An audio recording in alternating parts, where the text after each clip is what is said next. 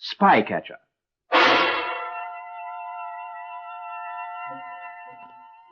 A series of true stories of the unceasing search for enemy spies in wartime, based on the memoirs of Lieutenant-Colonel Oreste Pinto of the Allied Counterintelligence Service. This week's story is entitled The Photograph. The part of Colonel Pinto is played by Bernard Argent.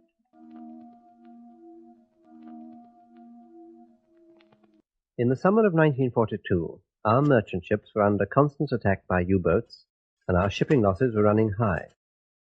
Not all of the losses were by the normal hazard of war, and I was called to the Admiralty, where a certain strange sequence of losses was explained to me in detail.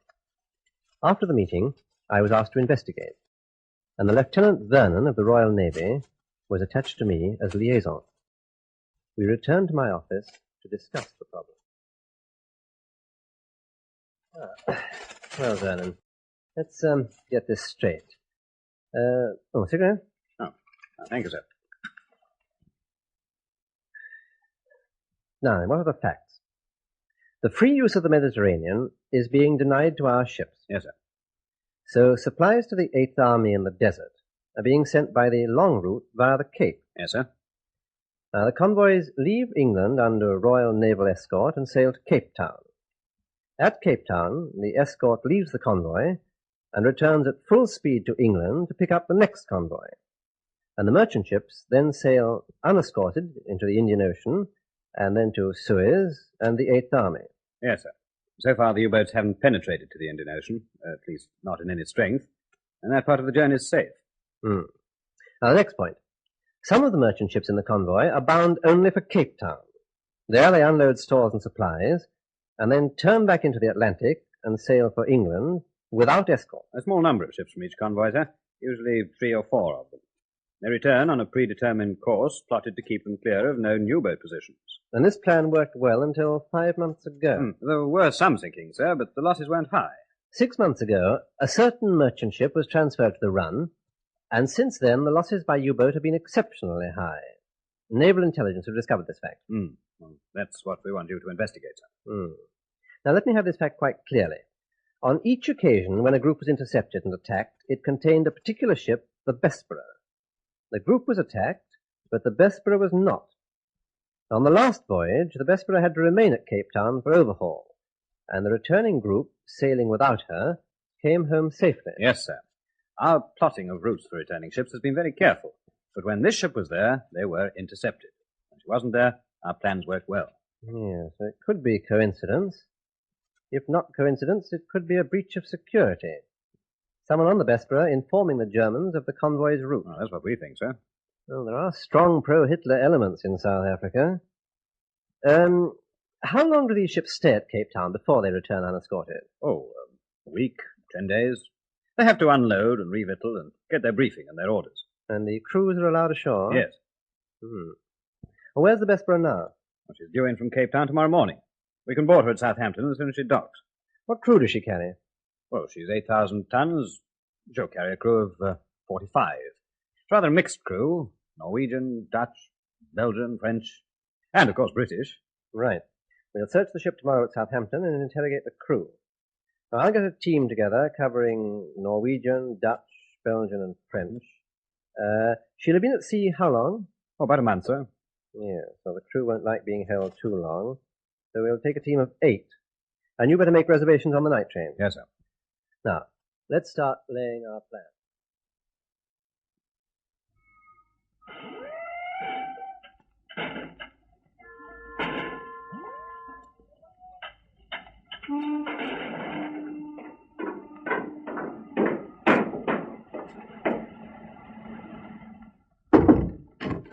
Captain? Yes? What is it? A naval lieutenant's come aboard, sir, and an army colonel from intelligence. They want to see you. Oh? What's it about? I don't know, sir. How long will it take? All day, I should think. They bought Marines, and they're posting a guard on the dock. Oh, blast. They hold us up 10 days at Cape Town for an unnecessary overhaul, and now they're crimping us again. Ah, if it isn't the Germans, it's a damned Admiralty. Oh, all right, show them in. Yes, sir. This way, please, gentlemen.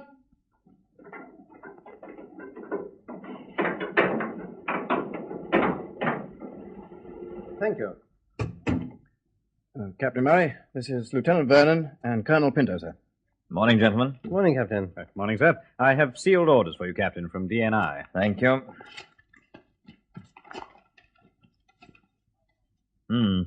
How long will this take, Colonel? I don't know.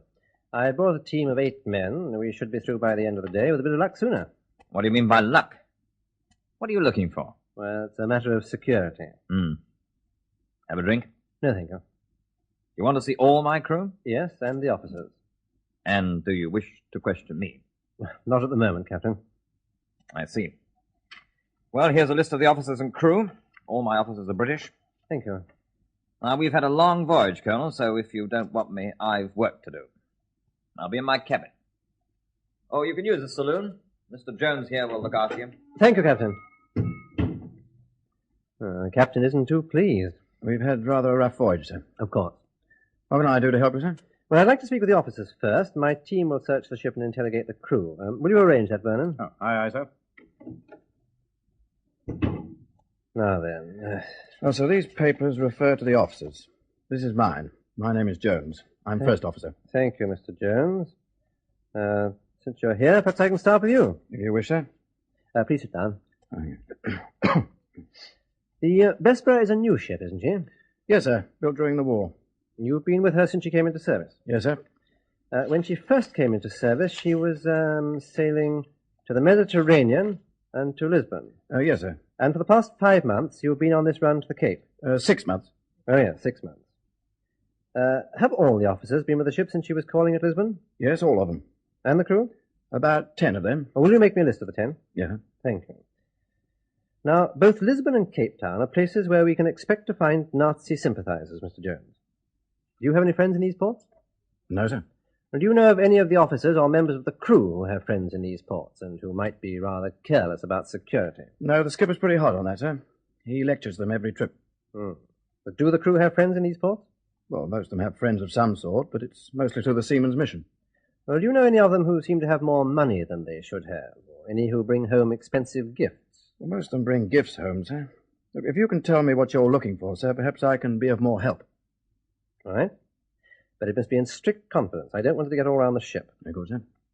Now, your ship has made 5 trips to Cape Town in convoy.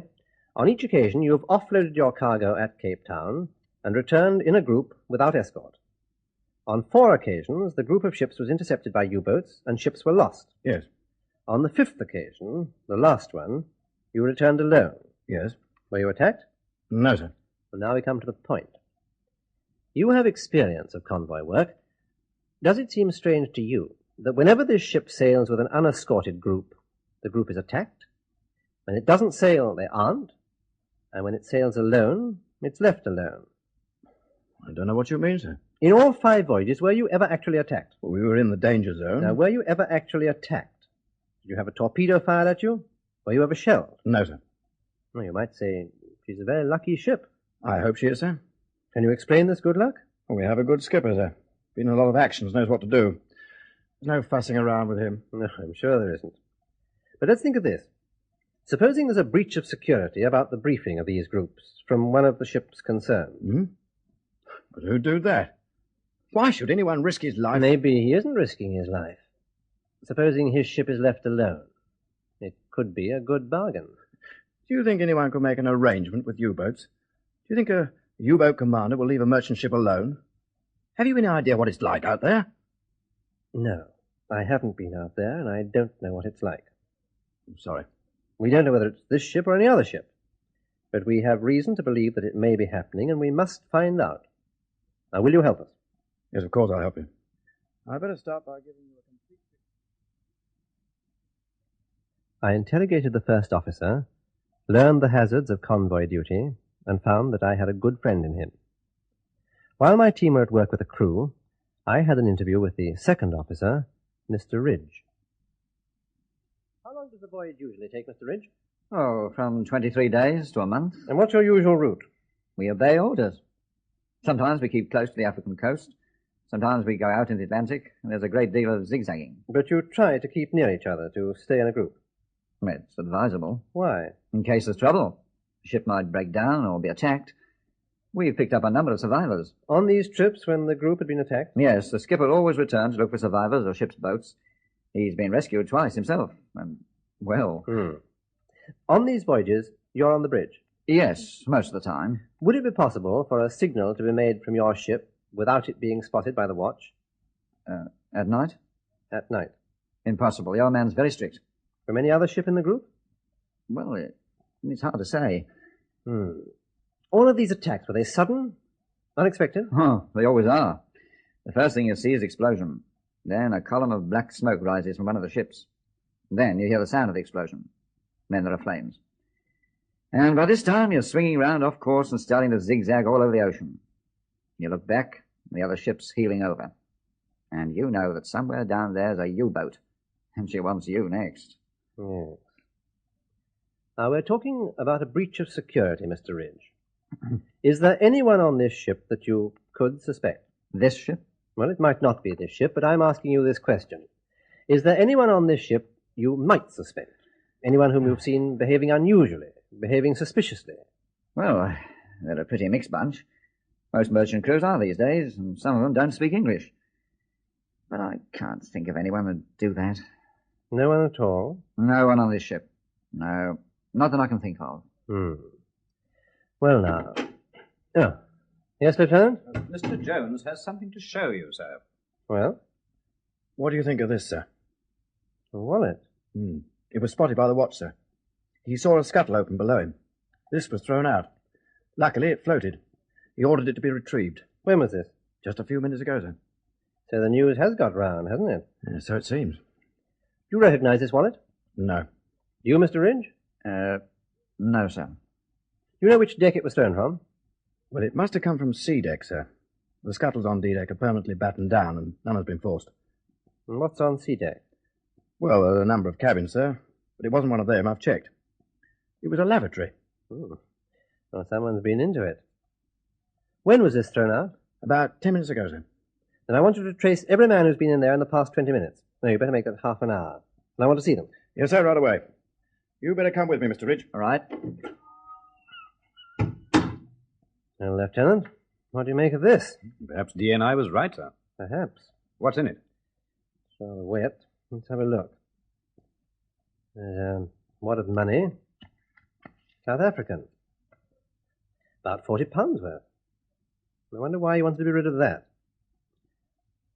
Visiting card, Danny Pina of Wynberg, Cape Province.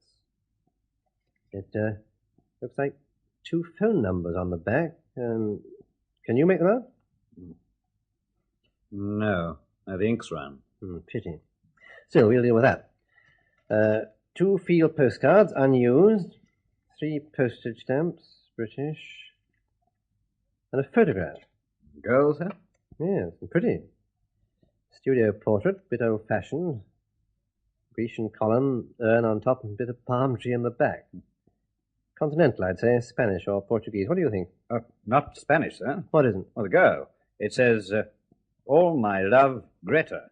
And my is spelt M-E-I. It might be German. Any luck, Mr. Jones? Yes, sir. 3 men have been in there in the last half hour. Who are they? 3 members of the crew, all British. Jenkins, Harley, and Wilkes. Any of them tried to deny it? No, sir. You're quite sure that was the porthole this wallet came out of? The officer of the watch is certain. Well, look what was inside it. £40 in South African notes.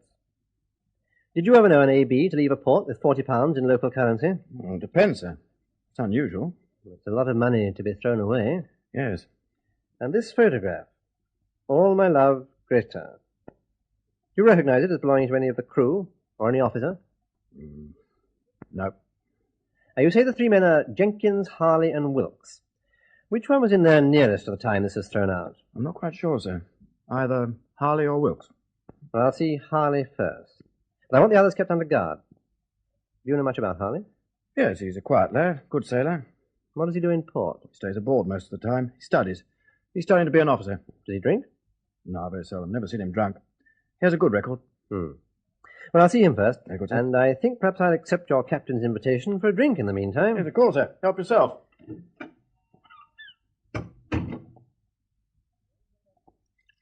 Vernon, what about you? Oh, thank you, sir. Thank you. Good health, sir. Cheers. Abel Seaman Harley was a good-looking lad of about 25, neatly dressed and clean. He was the type of young man who would be studying for his ticket, studying to be an officer. I showed him the contents of the wallet, the money, the photograph, the visiting card, and the wallet itself. Asked him to inspect them. He took a long look at them, especially the wallet, and then he said, No, sir, they're not mine. I had a wallet that looked like this once. It's hard to tell now, but I don't think it's mine. What happened to your wallet? It was stolen, sir. Someone took it when I was ashore. Oh? When was this? About 4 months ago. Did you report the loss? Oh, no, sir, there was nothing of value in it, and the wallet wasn't worth much. But it looked like this one. Yes, sir. Did you lose it aboard or ashore? Don't know, sir. It looks like I lost it aboard. Sit down, please. How long have you been with the ship? Well, 18 months, sir. Since our first voyage. I understand that you're studying to be an officer. Yes, sir. What do you think of the other members of the crew? They're pretty rough lot, sir. Mostly foreigners. All they think of is women and drink. Till the war's over. Well, it's a dangerous life. Perhaps they're trying to forget. I'm told they call their present run U-Boat Alley. Yes, sir. Because of the number of attacks on the home journey, Yes, sir. We've been attacked almost every time. Except this last trip, Yes, sir. when the ship travelled alone. We were in for repair. Yes, I know all about that, Harley. Do you know the reason for this inquiry? I've heard the men talking. It's something to do with spotting U-boats. Helping U-boats. What do you mean, sir? Shortly after this inquiry began, this wallet and the contents was thrown from a porthole on the starboard side of this ship on sea deck. Oh, yes, sir. I heard about it. I saw the bloke go over the side for it. Well, the porthole is in one of the heads, I think they're called. And about that time, you were seen to use that place. Is that why I'm here, sir? Yes. But it couldn't have been me, sir. I don't have a wallet. Don't you? Didn't you replace the lost one? No, sir. If you carried a wallet, Harley, and it was stolen, why didn't you replace it? That's why, sir. People think you've got something in a wallet, so it gets stolen. I haven't any use for them. I see. Turn out your pockets, please. Go on, turn out your pockets. All right, sir. Harley began to turn out his pockets, and he produced the usual things. A cigarette packet, a box of matches, a bunch of keys, a handkerchief, some foreign coins, some loose change, fountain pen, pencil, and from his inside pocket, his identity card and 3 letters from home. I examined the 3 letters with interest. Is that the lot? Yes, sir. There's an interesting thing, Harley. If any of us in this room turn out our pockets or empty our wallets, there'll always be something to identify us. Well, it's natural. You've produced your identity card and also 3 letters addressed to you. Yet someone throws away this wallet and there's nothing in it to identify the owner. There's a visiting card there, sir. But there's no one on board named Pienaar, is there? There's also a great deal of money. Now, do you know anyone who could afford to throw away this amount of money? Jenkins? Wilkes? No, sir. They don't have any money. But some of the foreign ones do a bit of trading. Trading? Do you know of anyone who would trade with the Germans? No, sir. And there's this photograph. Whoever knows this girl would trade with the Germans. Look at the back. All my love. And my is spelt M-E-I. There's one German in the case. Do you know who it is? No, sir. But I do. And now we'll stop beating about the bush, Harley. You say you don't carry a wallet? No, sir. Not for the past 4 months? No, sir. Then let's look at the 3 letters that you were carrying in your pocket. This one is postmarked 3 months ago. This one 2 months ago. This one 5 weeks ago. You tell me that you've carried this in your inside pocket for 3 months. It's clean, uncrushed. The corners aren't even turned over. And this one in your pocket for 2 months? Unsoiled, smooth, no dog-eared corners. Do you expect me to believe that you can carry an envelope in your pocket for 3 months and it'll still look as clean as this? No. 20 minutes ago, these letters and this identity card were inside that wallet. And that wallet was in your pocket. It's yours. The money was too dangerous while we were on board. And you took these letters out before you threw the rest away because they would identify you. Well, it's not you we want now, Harley. We've got you. But who made you do this? How did it happen? In Lisbon? In Cape Town? We must know who they are. You do know Greta, don't you? Yes. All right, Harley. Tell us about her. Yes. Go on. I met her the first time I sailed to Lisbon. I don't go out with the rest of the crew. I met her in a cafe. She was a refugee from Germany, so she was a dancer in the cafe. They paid to dance with her. But whenever she was free, she came to my table. I saw her on 3 trips. I took her presents. She didn't get much money. The 4th time I went to Lisbon, I went to the cafe and sat at the table. We always met at this table, but she wasn't there. So a man came and sat at the table. He knew my name. And when I asked about Greta, he took a bracelet from his pocket and put it on the table. It was a bracelet I'd given her. He said Greta had asked him to see me, to tell me that she'd gone to Germany because her mother was ill. He asked if I wanted to write her a letter. I wrote her a letter. He said when I was next in Lisbon, I was to come to the cafe and he'd have a reply. On the next trip, I went to the cafe. He was there and he had the reply from Greta. The first 2 pages were all about ourselves, and then she said she was arrested by the Gestapo. Greta and her mother. She said they told her I could help her. She didn't know how I could help her, but they said so, and she asked if I would. I asked this man how I could help Greta, and he said he wanted information about the convoys. I said I couldn't do it. And he took another letter from his pocket. It was dated a week later than the other one. He asked me if I'd like to read it. I wanted more news of her, but he kept withholding it and saying I shouldn't read it because it would make me change my mind. I didn't know what to do. I read it, and in it she said they were sending her to a concentration camp. She said they were always saying that I could help her. The man said that if I gave him the information he wanted, Greta would be free and could come back to Lisbon. Did you want to see her again? Yes. What did you want to know? Just wanted to know what ships had escorted us and the route we came. Did he ask about the return convoy? No, just what ships had escorted us and which merchantmen had come out with us. You told him this? Yes. And when you next returned to Lisbon? She wasn't there. He was there. He said something had gone wrong and she wanted me to send her money. Well, I said I had no money. He said she needed money to come to Lisbon again and be out of danger. He said he could give me the money. Well, I wrote her a letter telling her that I was sending the money, and then he said he must have a receipt for it. I wrote the receipt, put the money in the envelope. When I asked for Greta's address, he pretended to look in his pocket. Then he said he still had my first letter to Greta in Germany saying I'd do anything to help her. And he had my receipt for German money. If I didn't give him the information he wanted, he'd denounce me. You were trapped? Yes. Another man came to the table, and together they said they would denounce me as a traitor. They had it in my own writing, and I'd also given them information about British ships. Did you give them information then? No, I told them I had none. That I'd been sick on the voyage, and I'd bring them information next time. We didn't go back to Lisbon. The next trip was to Cape Town. I thought it was 3 of them. But when we docked at Cape Town, a man came to see me. Pino? Yes. He asked me to go to his hotel. He had photostats of the letters I'd written to Greta and her letter asking for help. He had a photograph of my letter about the money and the German money and my receipt. And he had a photograph of me talking to the German agent. In the cafe? Yes. What did he say? He said he could send them to the naval authorities and I'd be shot as a spy.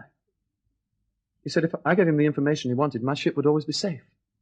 Did you believe this? He said he'd keep after me wherever I was. And on each trip you gave him information about the ships? Yes, sir. Sorry, sir. When the ships were attacked, you helped in rescue operations? Yes, sir. Then there's no need for me to remind you of the damage you've done. No, sir. Take him away. Have him put under guard.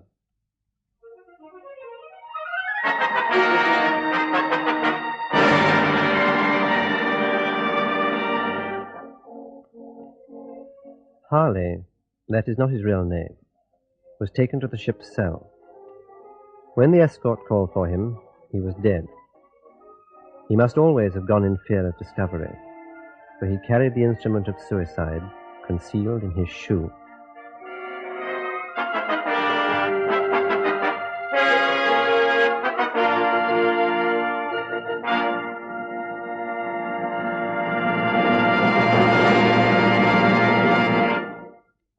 You've been listening to Spycatcher, with Bernard Archard as Colonel Oreste Pinto.